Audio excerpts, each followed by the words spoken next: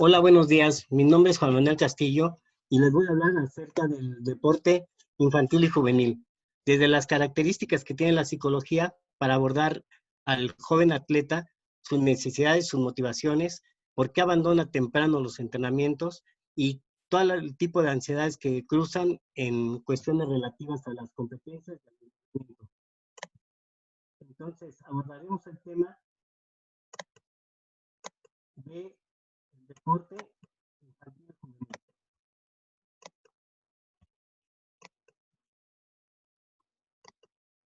Entonces, el deporte infantil y juvenil hay que considerar por todo lo que pasan nuestros atletas o nuestros niños en la parte de considerar al niño que todo su desarrollo tiene un valor psíquico, físico y social, y que estas tres están inmersas en, en toda su vida deportiva y en las que no se llevan, ya que el deporte influye tanto en estas tres áreas. Entonces, desde el primer momento exigimos a los niños que tengan que tengan una competencia, entrenamientos para poderse valorar a sí mismos y poder sobresalir o destacar. Muchos lo hacen por diversión y no. Entonces, en este plano entramos. Los primeros que están sobre los niños para que estos puedan llegar son los padres de familia, los profesores de educación física, los entrenadores, los monitores, sus compañeros deportistas y los dirigentes deportivos. Estas son las áreas que están influyendo directamente con el niño. A través de esto empezamos a encontrar de que para los deportes infantiles muchas veces los padres son los que exigen, los que ponen en problemas de ansiedad al niño, ya que, ya que los hacen ver muy, los ponen en un dime y direte de que si triunfo, si no triunfo, si no, las expectativas que tienen los padres acerca de ellos. Sin darse cuenta, los padres influyen mucho en el trabajo de los niños, no tanto así como los entrenadores.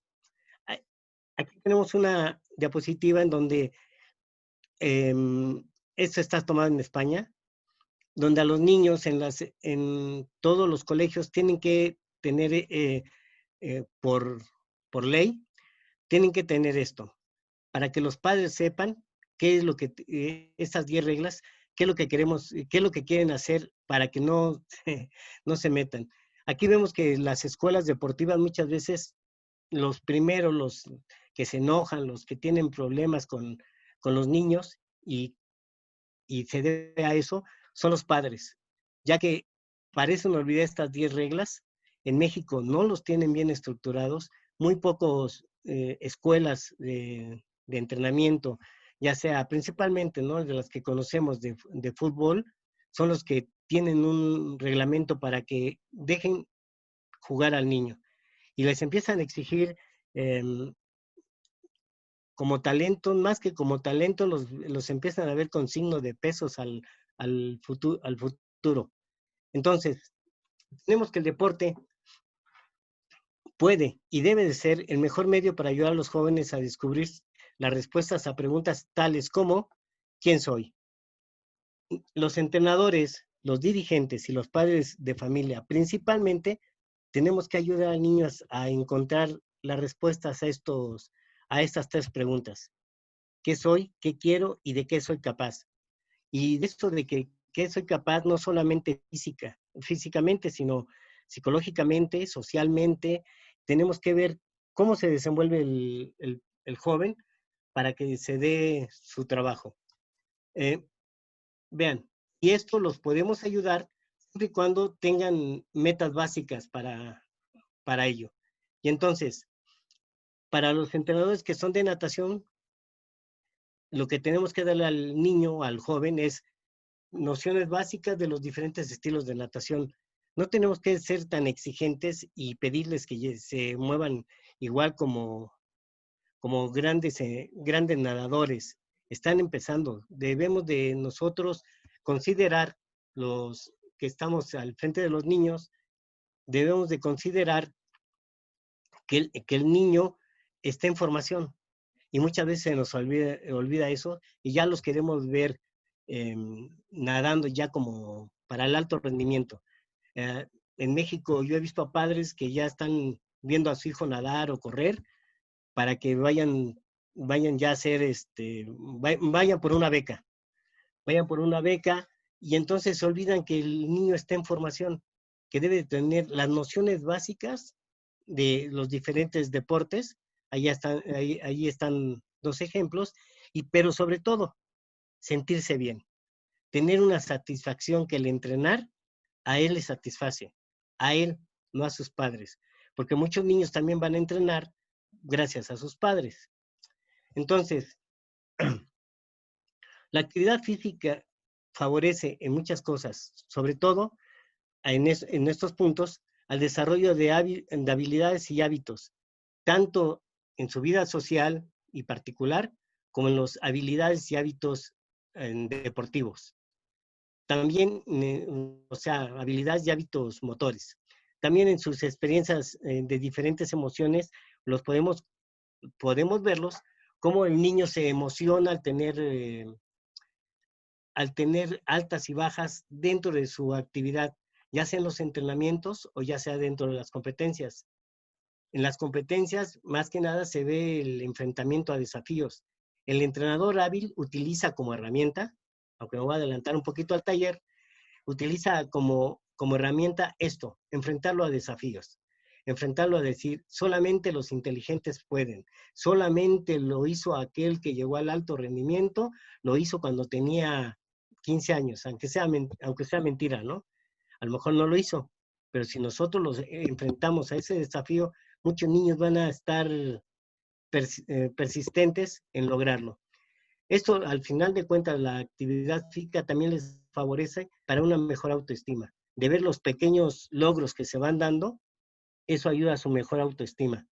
Que si nosotros lo relegamos, lo hacemos a un lado, es como veremos más adelante, es un factor para que el niño abandone el deporte.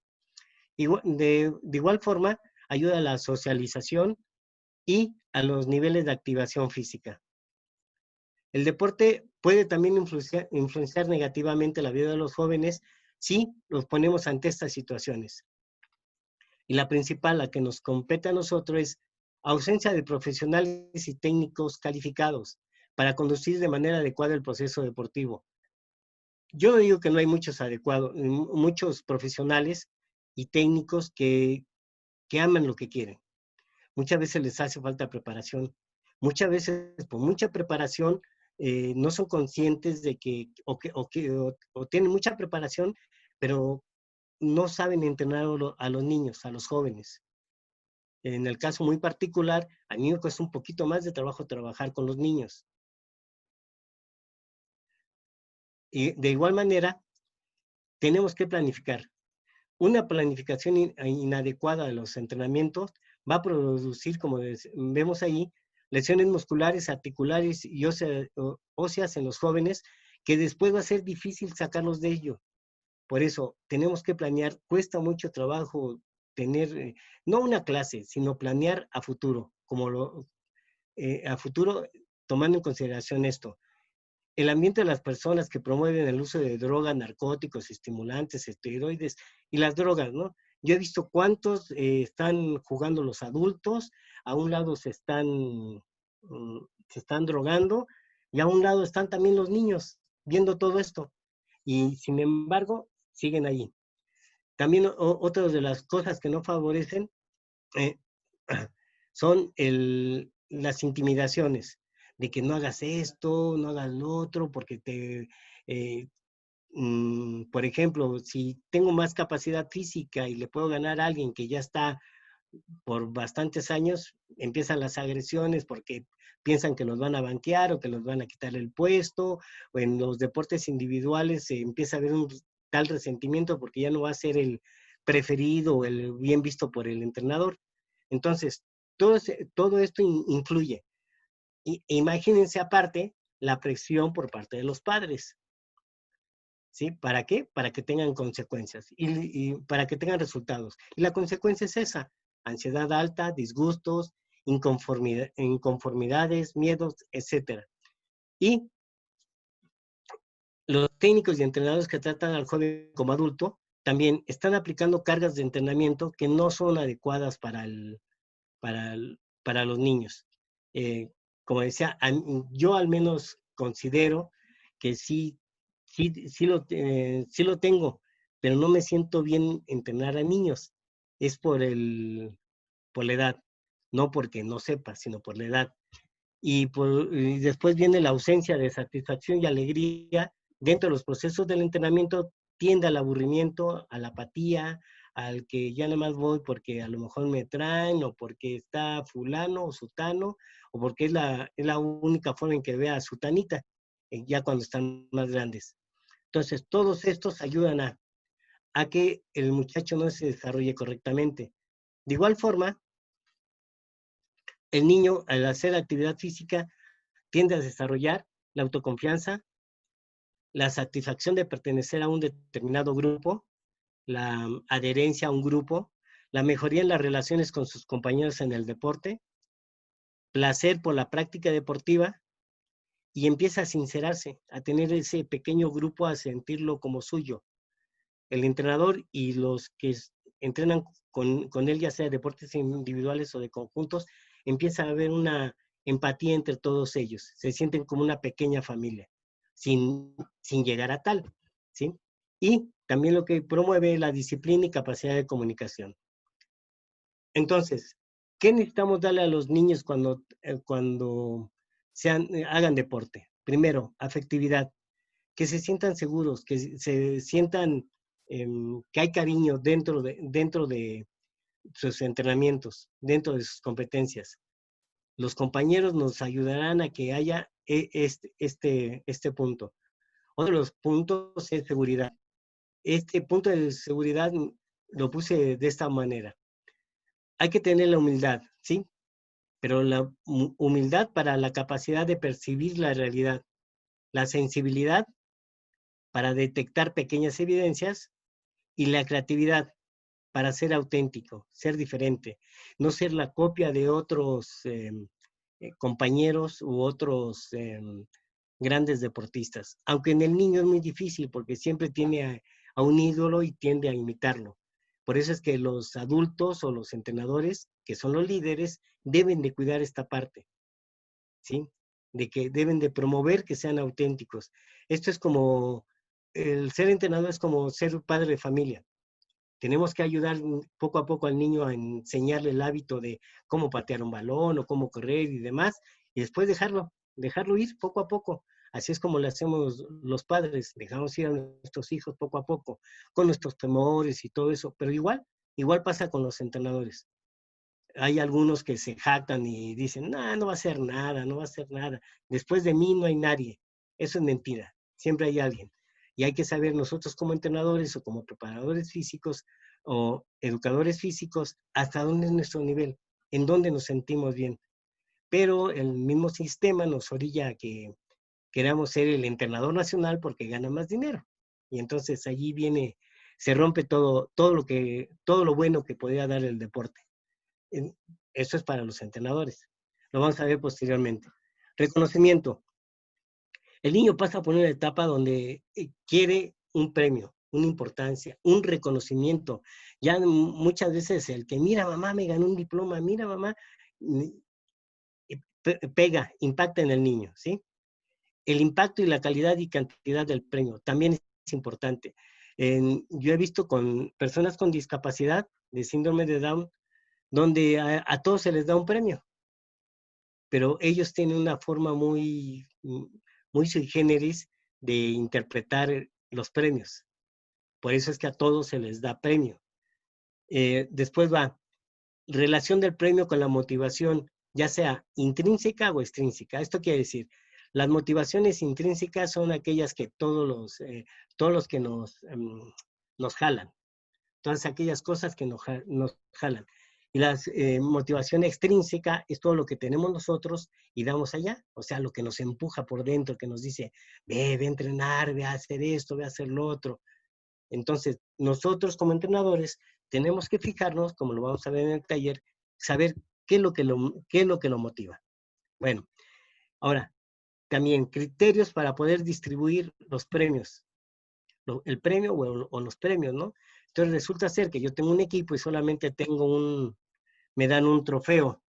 Por lo regular con los niños dicen, pues que se lo quede la institución o que se lo quede el entrenador. Y el entrenador va y como no le pagan, al rato lo va a empeñar, ¿no? Entonces, no. Los criterios se refieren aquí a cómo vamos a distribuir los pequeños premios, porque uno es la copa y a los demás hay que darles una medalla, una satisfacción, un reconocimiento. Pausa. Seguimos. Promoción de la premiación por sorpresa intermitente y cuidar y evitar la percepción de que el premio es un derecho adquirido. Factores de la promoción. Entonces aquí estamos hablando todos y cada uno de ellos. Hay que considerar la edad, la relación con la motivación, la premiación sorpresa, que también cuándo y cómo darla, y la percepción que tienen los niños acerca de esa premiación. Entonces, el pertenecer a un grupo deportivo, a un grupo, es significativo para el niño. ¿Por qué? Simplemente por la pertenencia, por el saberse que está cobijado con otros iguales que a mí y que todos tenemos un interés, ya sea ganar o ya sea simplemente el jugar. Y hay que enfatizar esto. No hay que enfatizar tanto el problema del ganar. También, para el niño, el hacer la actividad física ayuda a su autoestima, lo ayuda a plantearse retos, a saber que puede, a saberse persistente, a crear valores, como lo vamos a ver al final de esta plática. Esto de desafío y placer es que hay que ser bien hecho, es lo más importante. Muchas veces no es el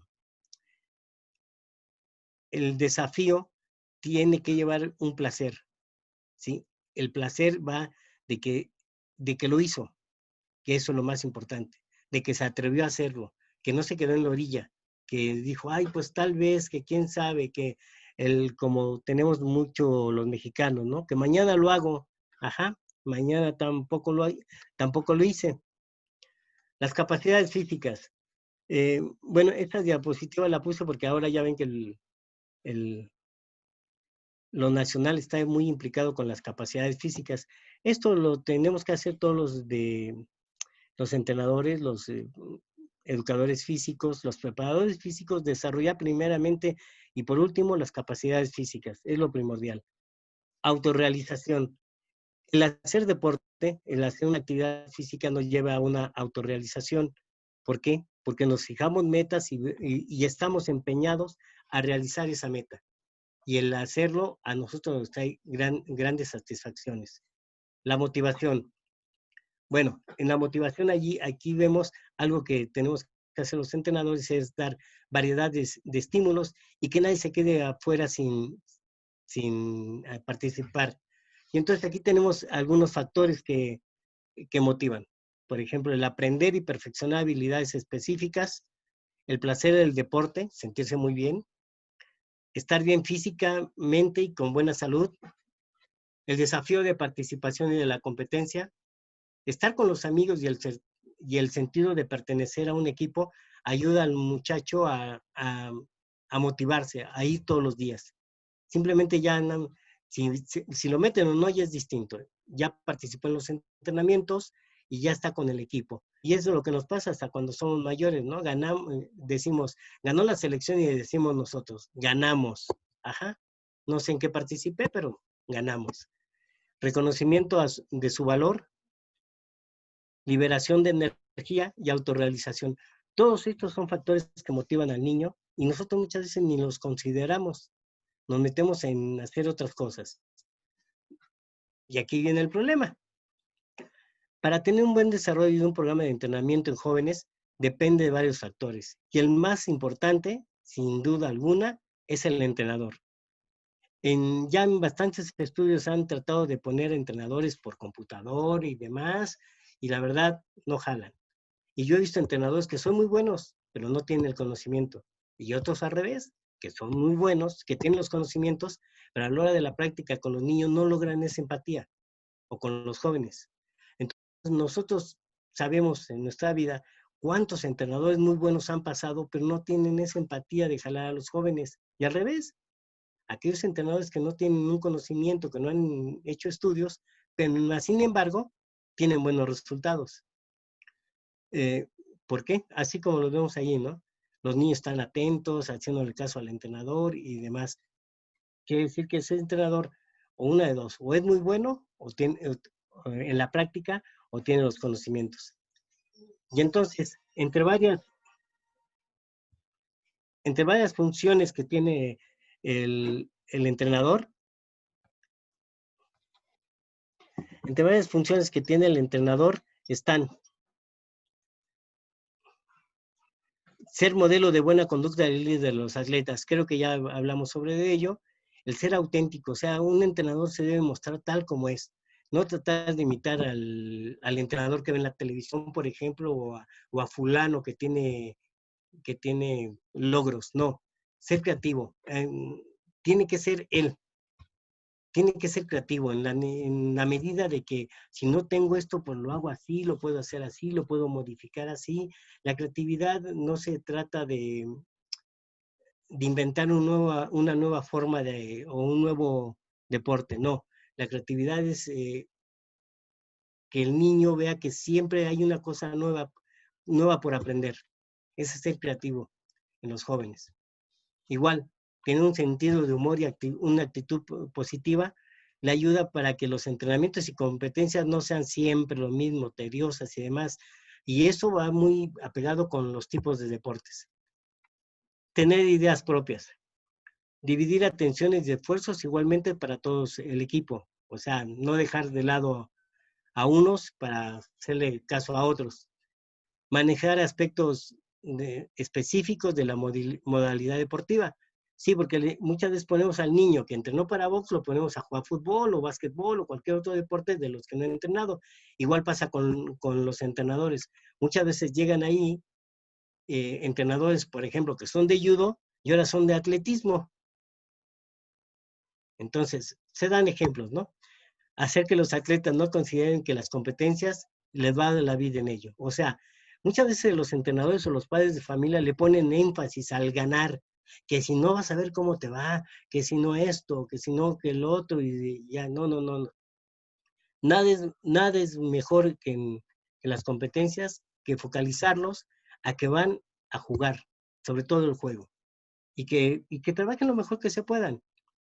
Entonces, focalizar al niño, al joven, para vencer el no tener directamente la victoria. O sea, el, el decirle al niño que la victoria es multifactorial. ¿Qué quiere decir esto? Que depende de muchos factores. No siempre se gana. Pocos son aquellos eh, que desde el principio hasta el fin logran tener un campeonato, ¿no? O aquellos valga la redundancia, aquellos que corren carreras de resistencia que desde el principio al fin fueron en la punta y ganaron. No, pocos son los eventos en donde se puede hacer eso y pocas las competencias. Eso quiere decir que depende de la competencia, los, eh, los oponentes y demás. Evitar menospreciar o ridiculizar al joven por los errores cometidos. O lo pueden hacer, pero no delante de todos. Sobre todo eso, menospreciar y ridiculizar al atleta es muy difícil, ¿eh? Y sobre todo decirle errores cometidos. Yo vi un entrenador que regañaba a su muchachito de 10 años, así hasta con majaderías. Y decías, ¿ese es un entrenador? Ah, y para esto les dijo, a ver, papás, quédense aquí a la mitad de la cancha. Se fue hasta el fondo de la cancha para poderle gritar las majaderías al niño. Y entonces, tenemos que objetivizar el desarrollo integral del atleta. ¿Cómo lo hacemos? Pues no solamente considerar que el atleta o el joven va a ser físico, va a desarrollar sus capacidades físicas y coordinativas, no, sino también debemos de trabajarles otro tipo de, de psicológico, en este caso, como son de capacidades como la motivación, la concentración, el desarrollo mental y otros. Y como vemos, también planificar hasta su proyecto de vida, ¿no? Entonces, ¿cómo evitamos la especialización precoz? Porque muchos de los entrenadores y preparadores físicos y maestros de educación física ya tienden a esto. Pues tú ya vas a ser ballista, vas a ser ballista, vas a ser ballista. O vas a ser de deportes de fuerza, póngale de cual. Aunque tenemos un problema, porque cada vez la especialización temprana se da, perdón, la especialización se da a temprana edad. Entonces, ¿qué debemos de tener?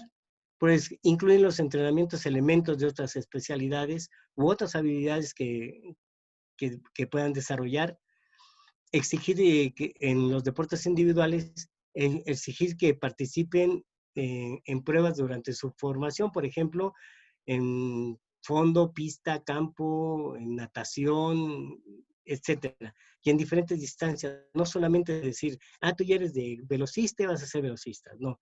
Y en los deportes colectivos, pues hacer que tomen diferentes posiciones, punta, armador, pivote, en fútbol es defensa, medio, delantero, portero, etcétera. Que su desarrollo sea multilateral, o más bien de diferentes posiciones, para que sepa también qué se siente ser portero, qué se siente ser defensa y demás. Formar atletas con diferentes funciones desde el inicio del proceso del entrenamiento deportivo, eso nos ayuda a que tenemos que ayudar a los atletas, a los jóvenes, al, a, a diferentes funciones, quiere decir que con diferentes deportes, no especializarnos muy temprano en un solo deporte, en una sola habilidad o en una sola especialidad. Entonces, debemos de darle al niño participación en competencia en otros deportes, sobre todo cuando está en los primeros momentos de formación. Y sobre todo eso, no debemos de olvidar que está en los primeros momentos de formación. Y entonces, darle al joven diferentes cargas para posibilitar el desarrollo de sus capacidades físicas. Y entonces, como vemos ahí, les doy trabajos de fuerza, de agilidad, de resistencia, etcétera. Les doy diferentes tipos de pruebas para desarrollar sus capacidades, hablando del atletismo.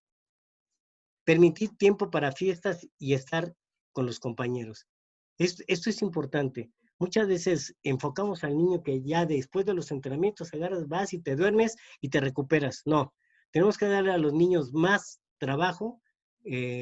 No, debemos de darle al niño más tiempo para disfrutar su niñez, disfrutar estar con sus compañeros, que pueda ver hasta dónde puede estar con ellos, hasta dónde ya no, que él pueda verse hasta dónde está cansado, y considerando la responsabilidad que tiene en cuidar su cuerpo, porque al final de cuentas él es el encargado de cuidar su cuerpo. Las competencias deben de estar relacionadas con sus entrenamientos. Entonces, ahí está el ejemplo, ¿no? De que el niño está practicando box y de repente lo pongo a, a, a competir en fútbol. Entonces, no, debemos de ser coherentes con lo que hacen.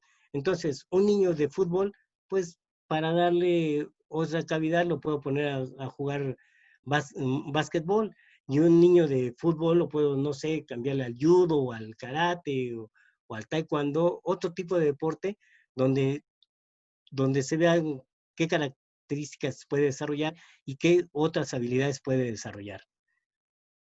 Al igual, nos toca provocar la diversidad de estímulos competitivos. Siempre debo de poner al niño, o casi siempre, mediante el juego, a que se compita primero con él mismo, no contra los demás, sino darle diferentes estímulos, pero también, mira, fulanito hizo 10 golpes, fulanito lo levantó 20 veces, fulanito en esta estación, así como estamos viendo ahí, hizo 10 lagartijas más que tú. Bueno, pues sí me explico, tratarle de dar más estímulos competitivos para que el niño se desarrolle a lo que él atiende a un desarrollo mejor, armónico. Encarar las competencias con alegría. Esto es, darle siempre una naturaleza lúdica a su trabajo, o sea, al juego. Crear el hábito de la competencia, como lo vimos anteriormente, crear un hábito de competir, de verse siempre, de esforzarse, de demostrarse que puede, y si le baja 1 segundo, 10 segundos, o si lo hizo mejor, o si antes era banca y ahora ya jugó todo un tiempo, etcétera, siempre tiene que crearse el hábito de ir compitiendo, de decir, este puesto ya está así, y no tener con, nuestros consentidos, porque los entrenadores a todos ya le prestamos atención tantito a alguien y ya es un consentido, es su consentida. No tenemos que tener esto. Tenemos que tener la capacidad para poderlos crear un hábito de competencia sin mermar la empatía con uno y sus sentimientos de logro que ellos puedan tener. Propiciar la participación de todos los atletas del equipo. Bueno, hay ligas en México, así lo tienen, de que todos deben de participar, aunque sean 5 o 10 minutos en un partido de fútbol. Entonces, aunque tengan banca, que sean 15, 10 de banca, todos los niños participan. Y eso a mí me parece bien porque no se excluye a nadie. Obvio, el entrenador va a tratar, casi por la mayoría aquí en México, de ganar. Ganar no lo es todo.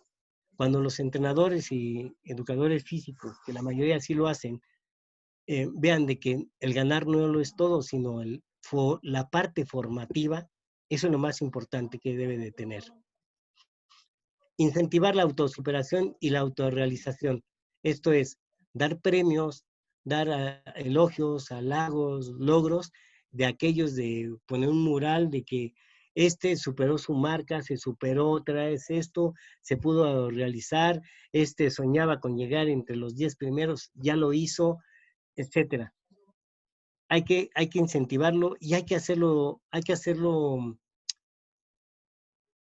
partícipe al niño y partícipe a los padres y partícipe a toda la sociedad, que se sepa lo que del pequeño logro que acaba de hacer. Y entonces aquí tenemos algunos ejemplos del abandono precoz del deporte infantil. Entonces tenemos